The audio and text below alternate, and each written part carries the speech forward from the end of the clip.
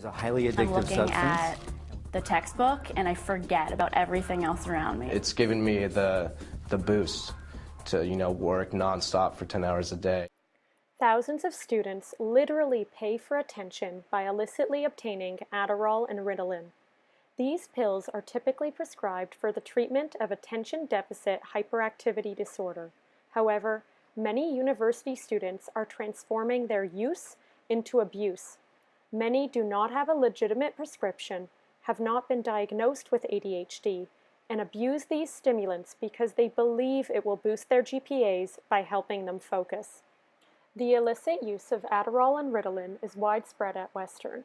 According to the most recent academic integrity survey conducted in 2012, 7% of Western students admitted to abusing these stimulants, equating to over 2,000 students. This figure may seem low, given Western's nearly 30,000 student enrollment in 2013. However, it is imperative to consider that this issue is likely underreported, as Dr. Sansone reaffirms that students are often embarrassed and ashamed to admit their misuse of ADHD medication. While this issue is prevalent amongst Western University students, it is certainly not limited to us. According to a 2011 editorial in the Canadian Medical Association Journal, approximately 5 to 35% of Canadian post-secondary students at both colleges and universities admit to abusing these medications. Psychologist Sean McCabe reaffirms that college and university students remain the largest demographic for stimulant abuse in North America, at a rate of 5% greater than their non-post-secondary peers. According to Dr. Aria and Dr. DuPont, students use these stimulants as performance enhancers for times when they are struggling with final examinations and other situations of intense academic pressure. Yeah, it's a steroids for school. The seemingly positive motives for Adderall and Ritalin abuse are reaffirmed by Christina Hall and colleagues' 2015 study. The study, which was published in the Journal of American College Health, sent questionnaires to students on college campuses throughout the U.S. to determine if and why students abused prescription stimulants. They found that, of those sampled, 13.7% had admitted to taking stimulants that were not prescribed for them. As to why and when these students abused the stimulants, they found that 26.9% did so due to immense academic obligations during finals week and before tests, and 12% abused the drugs when they partied.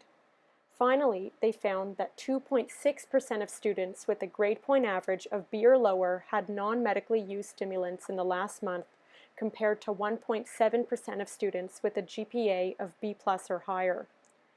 These statistics indicate that students feel a need and desire to consume prescription stimulants, both academically and socially. These findings are not merely isolated events. They are trends that are reflective of a competitive and demanding post-secondary environment. A similar study conducted by Dr. McCabe and colleagues found that male students were more likely to abuse Adderall and Ritalin, with 2.8% of males abusing these stimulants in the last month compared to 1.6% of females. The rates of abuse are dramatically higher for college and university males in fraternities, as Garnier and colleagues reaffirm that 55% of fraternity members misuse Adderall. The prevalence of stimulant abuse amongst male and specifically fraternity students may be attributed to multiple factors, including ease of access to dealers, competitive notions of masculinity, and pressures to pursue conventional male careers in law and medicine, whose admission requires extensive extracurricular involvement and academic rigor. In addition to the students who illicitly obtain study drugs, there are a growing number of students who are legally prescribed these stimulants despite not truly needing them. In their 2011 article, Faking ADHD, Doctors Randy and Lori Sansone argue that patients can easily fabricate symptoms of ADHD in clinical assessments. They cite the 2007 Fisher studies whereby 2 ADHD tests were given to potential patients. The test takers, as assigned by the researchers, succeeded in faking the symptoms of ADHD and obtained a clinical diagnosis 93% of the time. This indicates that acquiring a legal prescription for Adderall and Ritalin is neither challenging nor a deterrent to prevent their misuse. Given the ease of falsification for ADHD diagnosis, the prevalence of stimulant abuse is likely greater than what statistics entail. Enforcing stricter diagnostic criteria, such as requiring that patients be assessed by multiple independent medical practitioners, may moderate this issue. It is clear that post-secondary students are abusing ADHD medication at alarming rates. But so what? Why is this a problem?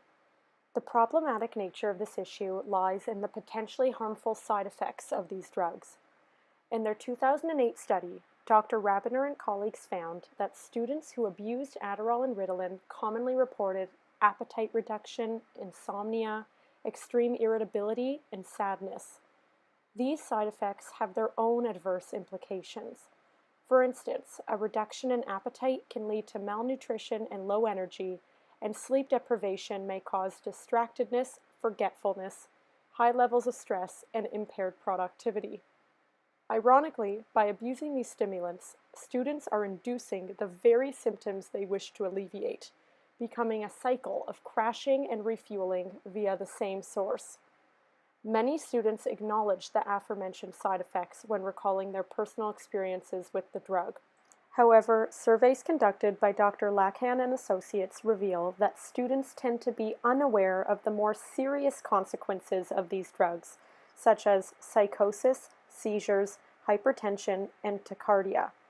While these outcomes are less common, they can and do occur, especially for those who consistently abuse these drugs.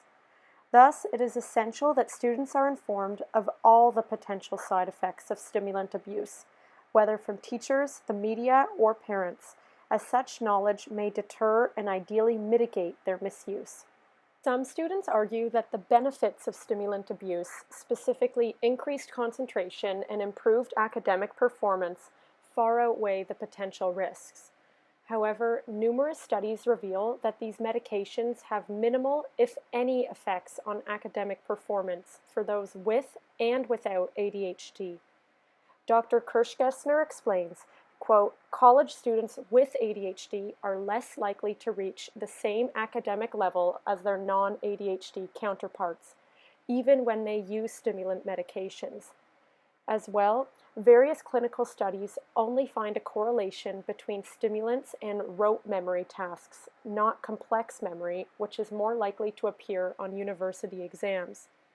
This indicates that students may abuse Adderall and Ritalin only to memorize rather than synthesize copious amounts of unnecessary information. So, who is responsible for stimulant abuse? According to Dr. Patridge and colleagues, the media has played a large role by promoting the misconception that non-medical use of ADHD stimulants is safe and acceptable. We are repeatedly exposed to news segments on cocaine busts and teenagers dying of ecstasy overdoses at raves. However, the media rarely reports information about the side effects of Adderall or arrests associated with its illicit sale and purchase. Dr. Jimenez notes that the minimal coverage that does exist tends to glamorize stimulant use, emphasizing that such magic pills are used by the best students and can increase academic performance. This perpetuates the dangerous mentality that students can have it all. They can party the entire semester and ace their exams, using stimulants to refuel their energy and focus. Given the prevalence and dangers of stimulant abuse, it is essential that policies are implemented to prevent and ideally rectify this ongoing issue.